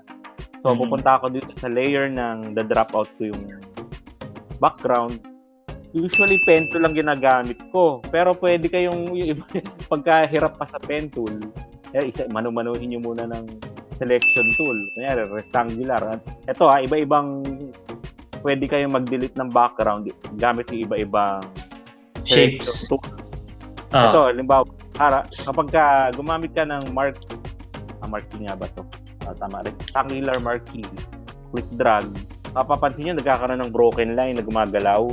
Select, sabihin, doon ka lang makakagawa ng kahit anong action doon sa selected portion na yun.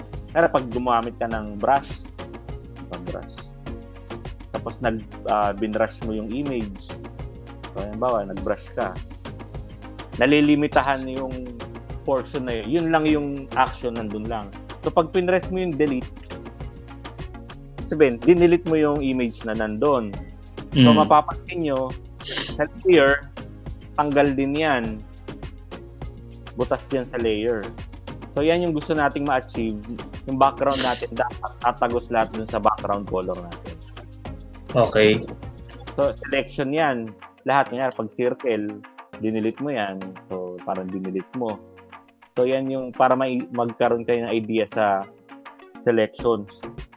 So pagka dito naman sa pangalawang toolbar, so meron dyan kunyari polygonal lasso. Polygonal lasso, ang ginagawa naman yan, on click. Click 1, click 2, click 3, click 4. Hanggang sa magsara yung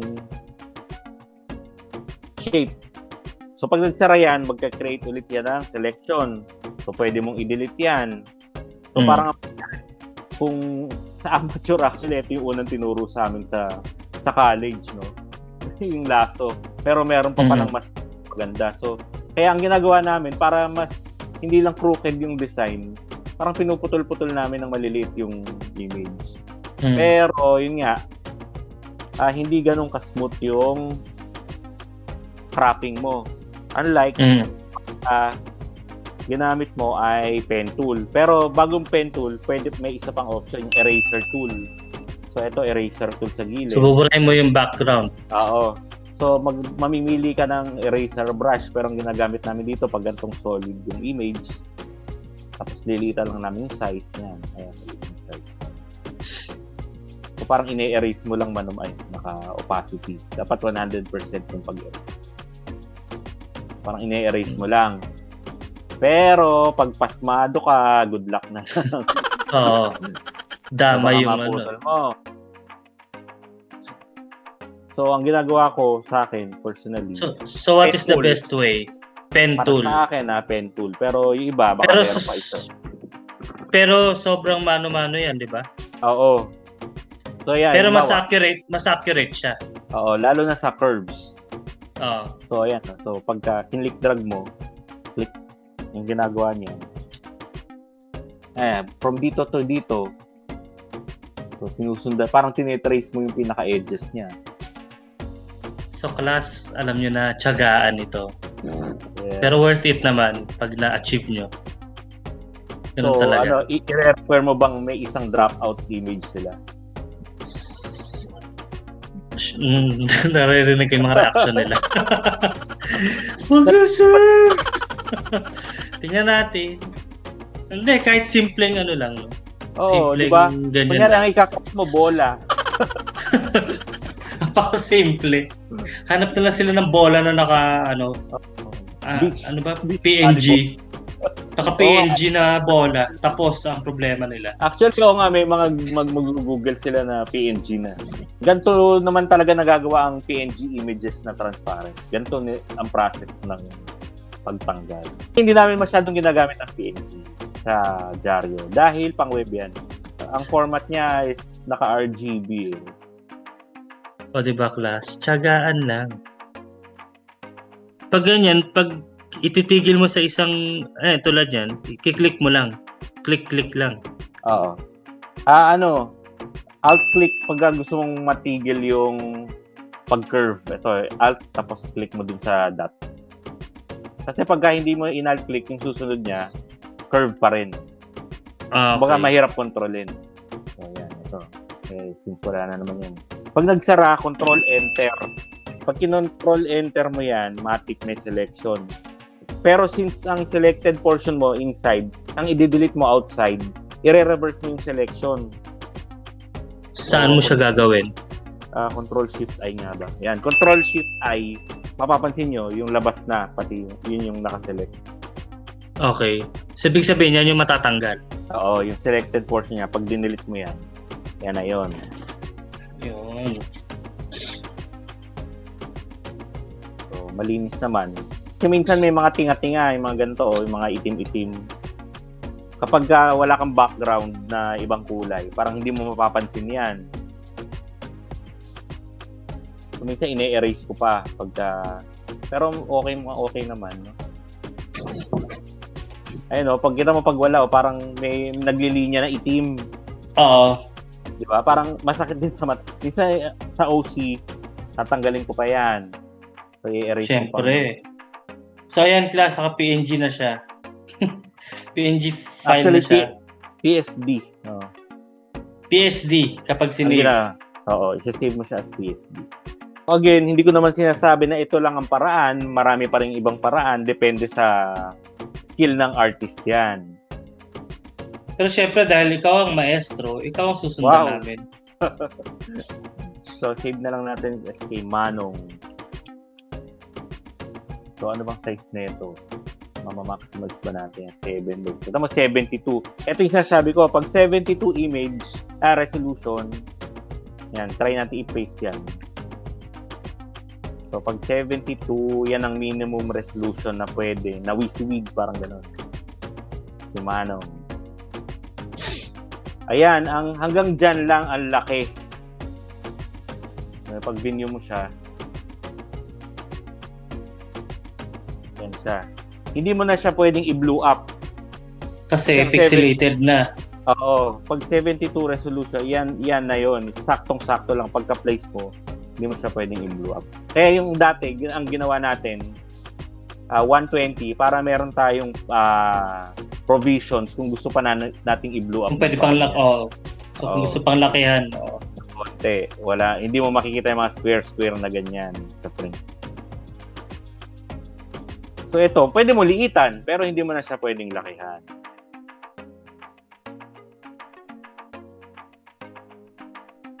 Yan, nagtas i-text yung text wrap na effect.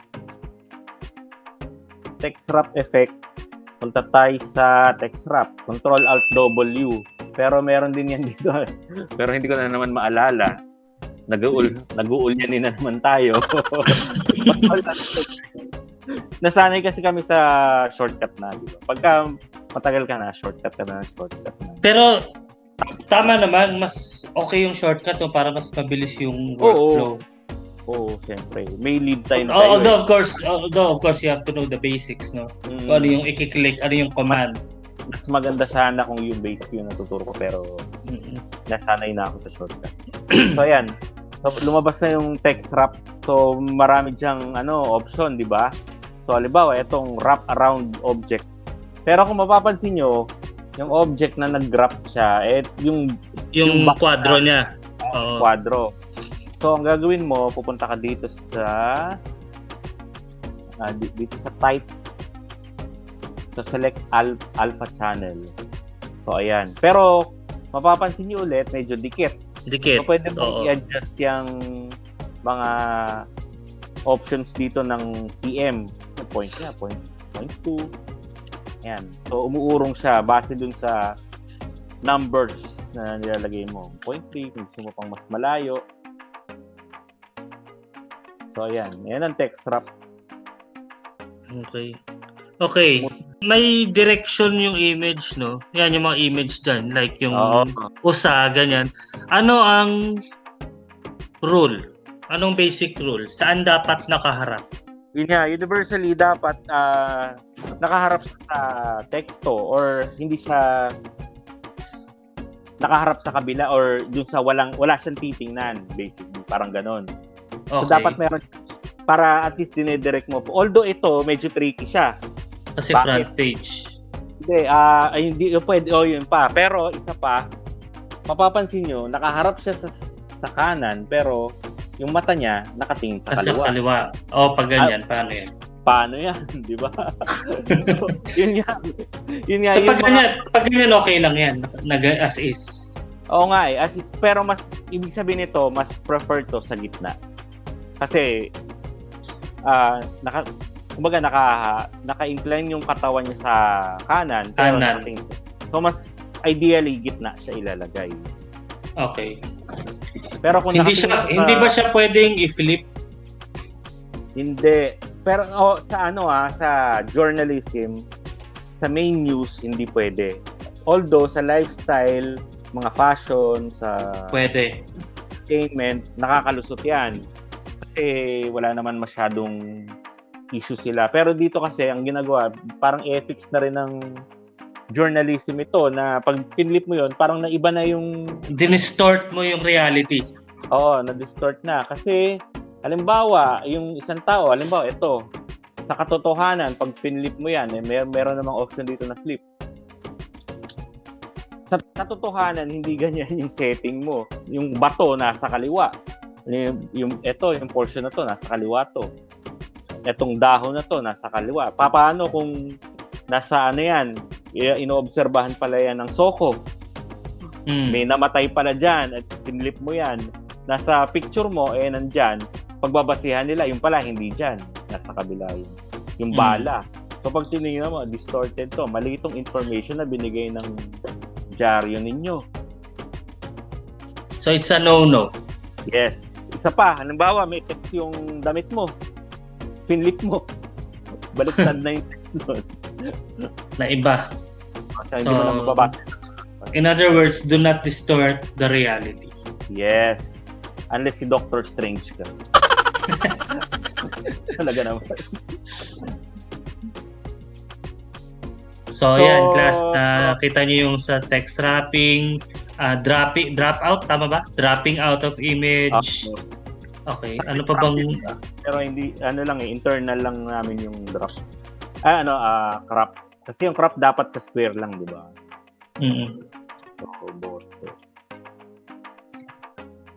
Yung kapag mag-trim ka ng litrato sa InDesign, how do you do that? Halimbawa, yung beach photo na yan. Gusto mong i-trim yung taas left tsaka right. Yan, yung ganyan. Click mo lang, tapos pagka nagkaroon ng double-headed arrow, mapapansin nyo, di ba, pag nagdadrag ka, arrow yan.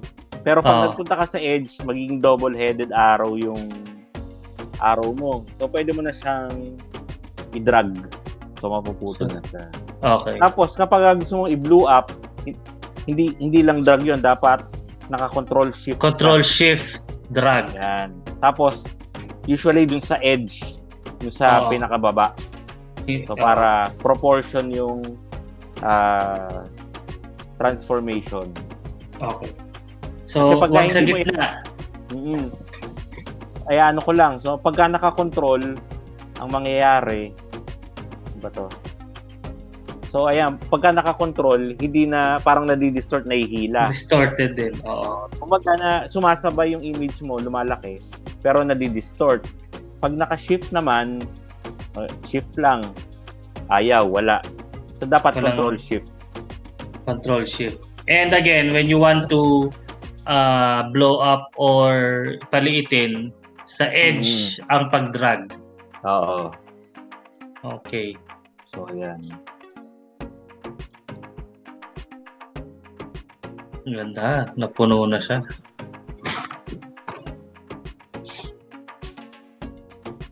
Ano pa bang mga ano natin? Ano pa bang mga dapat natin sa kanila? Ano pa? O gusto mo lagyan ng usually, sa amin nag-take opportunity kami sa spaces ng ganito. So, kunyari, may infograph ka, pwede mo ilagay dyan. Dito, actually. Kunyari, may graph ka dito, pwede kong lagyan ng graph yan. Or full code. COVID-19 cases. Yan, diba? So, depende lang sa... Pwede rin siya pwedeng ulo, di ba? Teaser ng isang story sa loob. Pero although sa amin, hindi namin ginagawa unless related sa Batanes. Okay. So, pwede rin full coat, siguro. Ano ba? So, ini-strict natin sa Roboto since Roboto, di ba? Sa Roboto rin, full coat mo. Ganyan. So, ibahin naman natin. Kanina, life. Itals. Regular. Tapos itals, no? Ay, ang Roboto, walang itals. Yung pa. So, may mga font system na walang itals. Pero, ginagawa namin pag walang itals, meron ditong false italics pala. Sorry. So i-skew lang yan. Yung angle. Oo. So, normally, 15 ang ginagamit na. 15 ng angle. So, nagiging italics siya.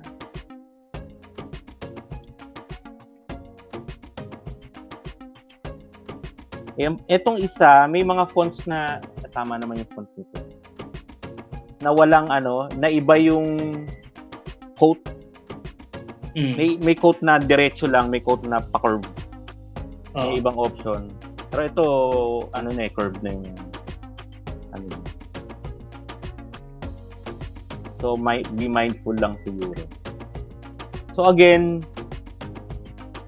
kapag malaki yung font ninyo, very mindful kayo dapat sa leading. Kasi pag naka-auto, minsan sobrang nalalayuan talaga kapag malaki.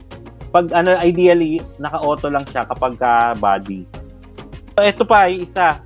Kung sobrang OC kayo, meron dito yung optical margin alignment. Ginagamit sa title din to, tsaka yung mga full quotes actually.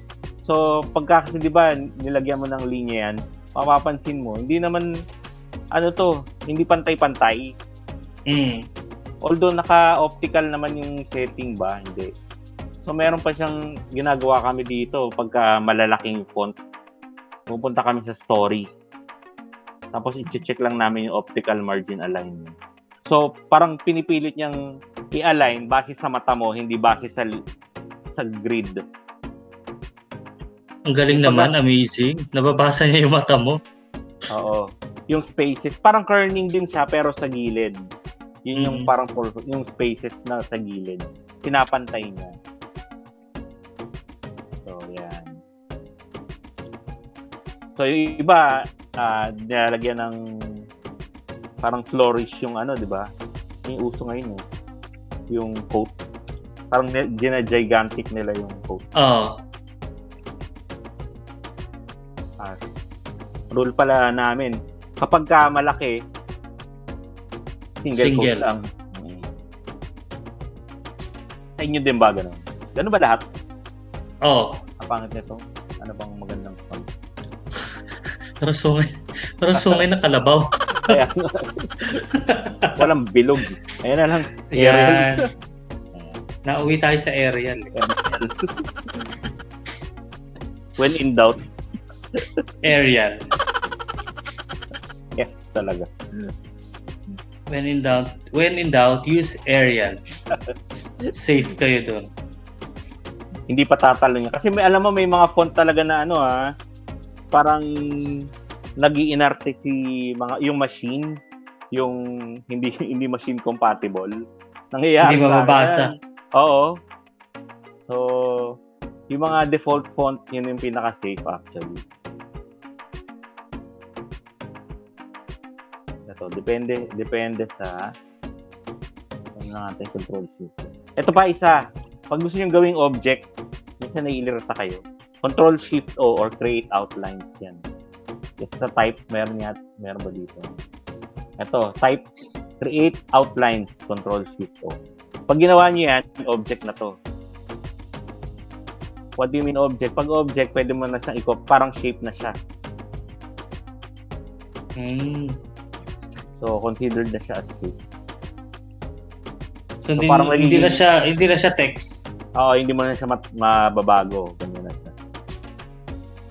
Mas madali kasing i-transform pag shape.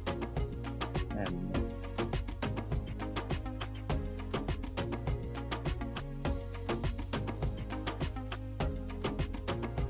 Na kung dito ba or dito. So, yan, di ba? So, ito, very basic. Pwede nyo pang paglaruan actually. Huwag naman kayong masyadong sumasara yung inyong perspective na ito lang dapat. So, you have to think out of the box pa rin, no? Yes. And it will depend on the publication na ginagawa ninyo. Oo. So, ito parang medyo may niche. Travel. Ay, walang apply. Talagyan natin ng breaker para alam na dito siya. Ito pala parang walang walang katuturan yung isa. Yung alin? Kasi hindi mo alam kung para kanino to. Ito ba para dito or ito para dito?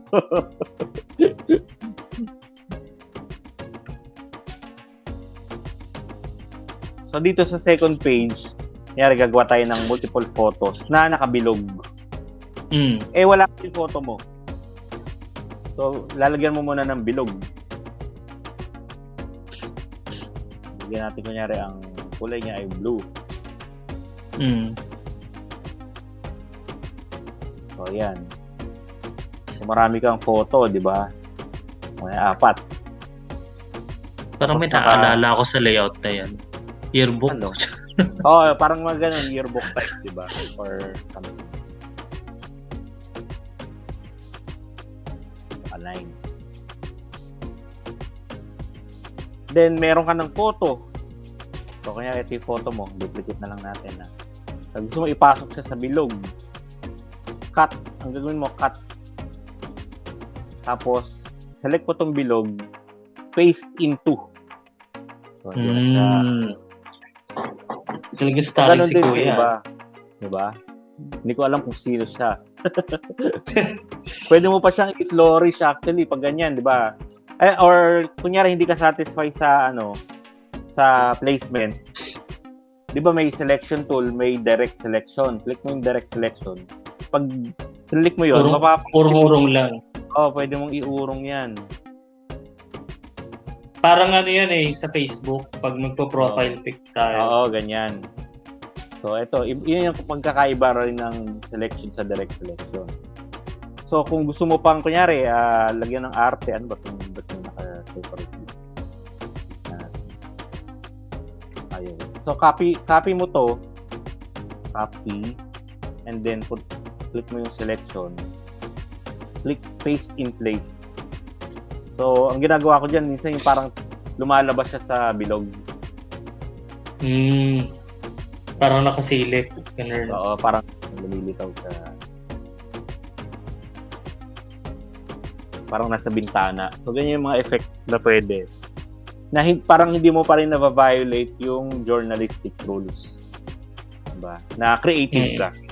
Yun ang pinaka-importante, yung wala kang na-violate.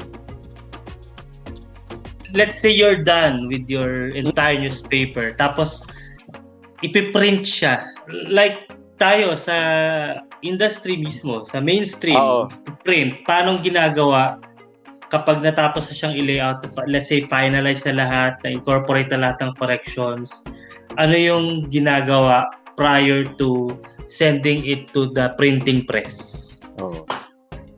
Ginagawa namin, i-export siguro namin paano, okay, exporting. Paano siya i-export? PDF. Actually, yung sa amin, actually PostScript eh. Pero ang mas modern na ngayon dapat PDF na lang pwede nang i-drag. So, PDF na lang ang ituturo ko. Okay. Internal masyado yung PostScript, masyadong madugo. So, punta ka lang sa file and then export. And then, kung saan mo isi-save, ang dami kasi nakasave. Yan na din sa Leo Material. So, ayan, makikita mo dito, make sure may mga option yan, depende sa version mo ng InDesign. So, kapag mababang version, Adobe PDF lang yan. Pero dito, katulad nito, CC, meron yung Adobe PDF Interactive at Adobe PDF Print. So, make sure na yung print yung gagamitin mo kasi interactive, mababa lang yan. And yung kulay, mag-iiba dyan, magiging RGB format lahat.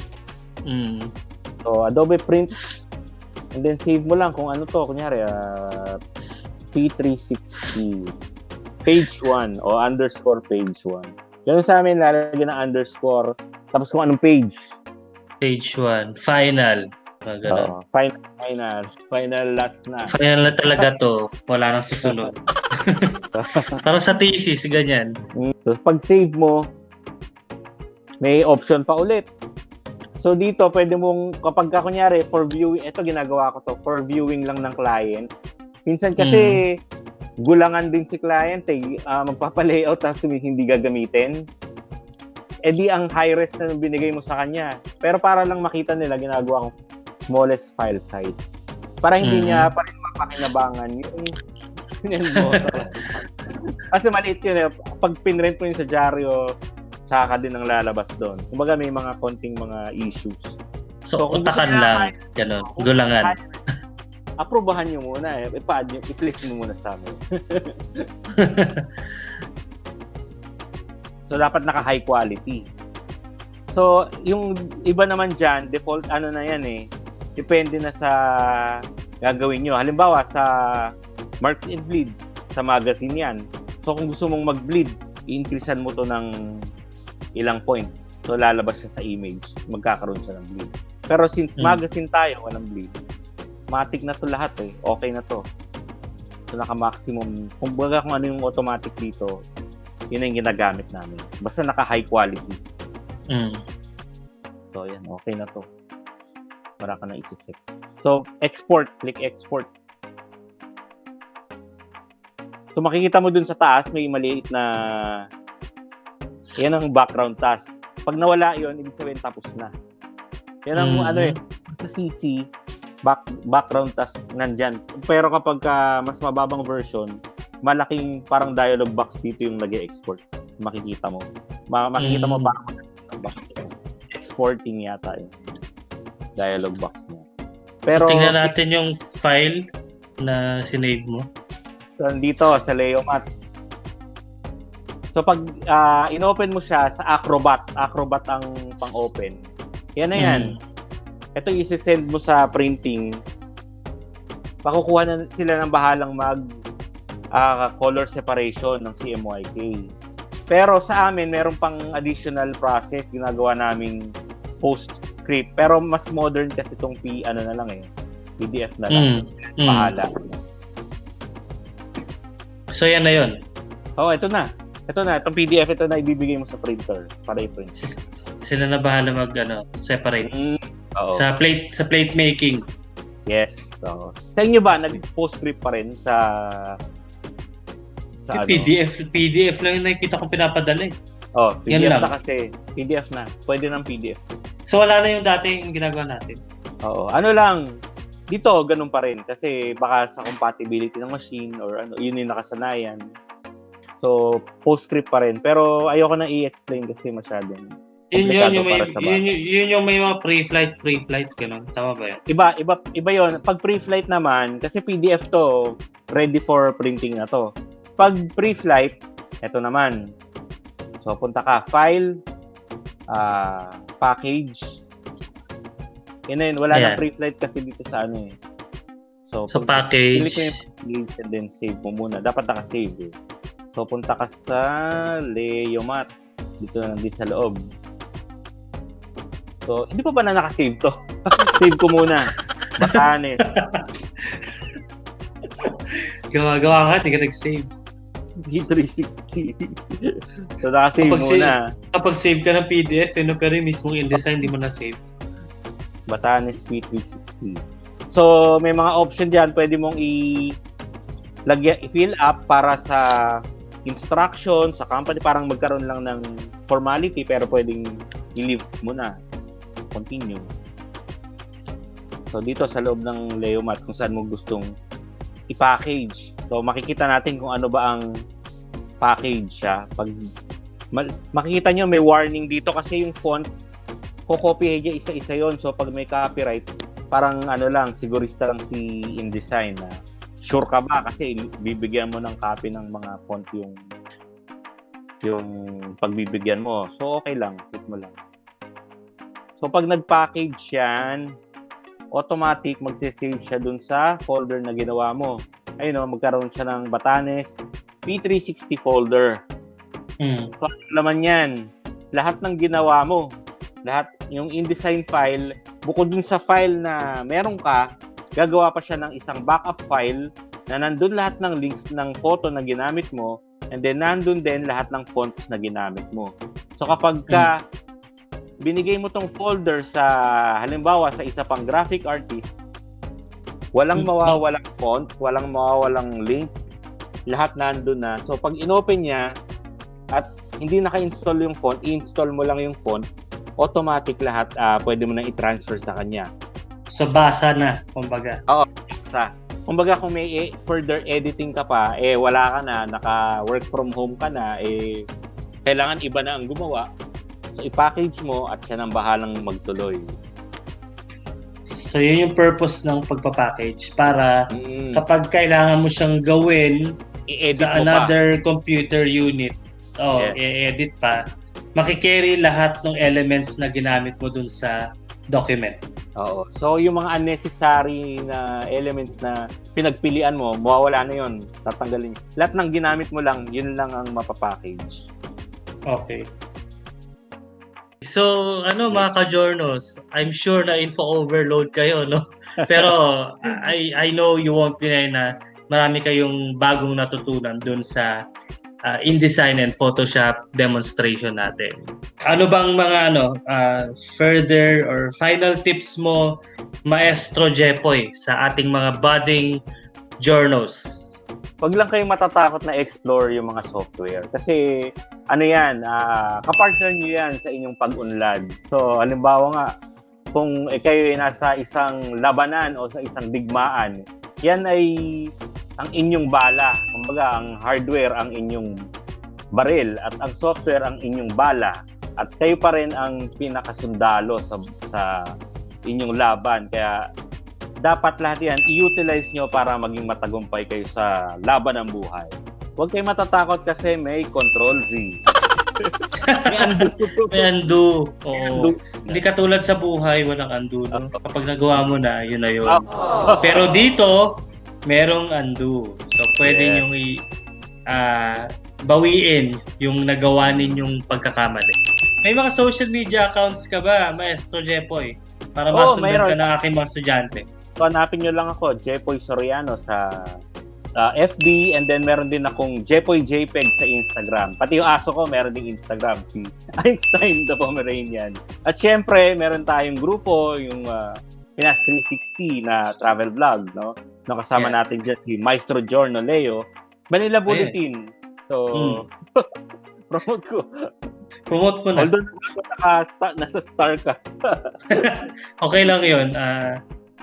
Convergence. Ganun. Oo, convergence. So, supportahan lang natin lahat ng na lang in general, ng media, entity or media organizations. Kasi lahat yan ang dapat yung sundan para makakuha kayo ng tamang balita, yung hindi fake news. Huwag kayong pupunta mga kung saan-saan lamang. Doon tayo sa trusted. Manila Bulletin, Philippine Star, Inquirer, damay na natin. So tumingin kayo kahit pati sa TV, okay yan. Basta mapagkakatiwalaan. Doon tayo.